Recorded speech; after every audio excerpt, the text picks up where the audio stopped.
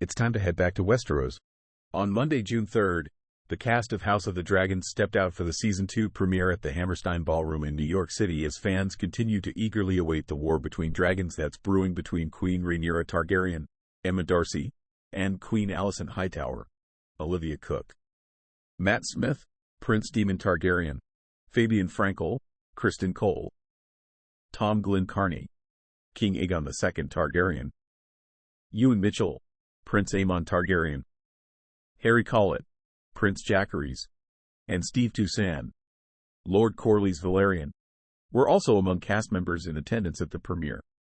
While speaking to people at the event, Glencarney discussed King Aegon's unexpected ascent to the Iron Throne, admitting he was thrown into the fray headfirst, unable to swim.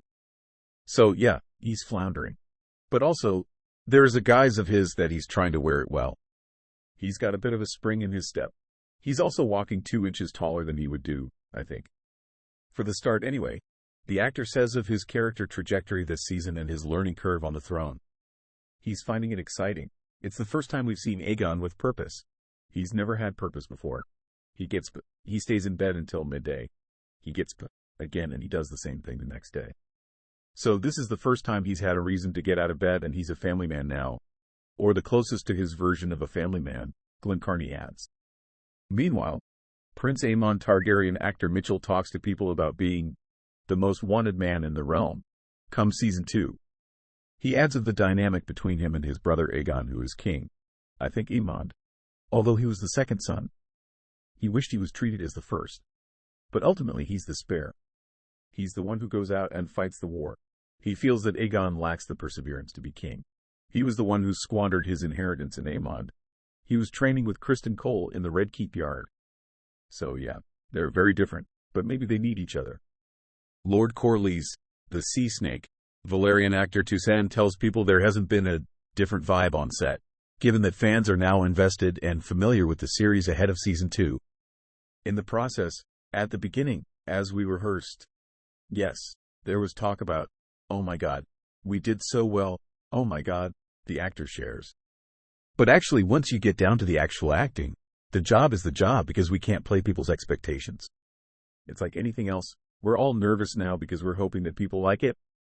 We think that we've done a good job, but it's possible the audience might just go, oh my god, what have you done? He adds. So we couldn't be concerned about that when we were on set.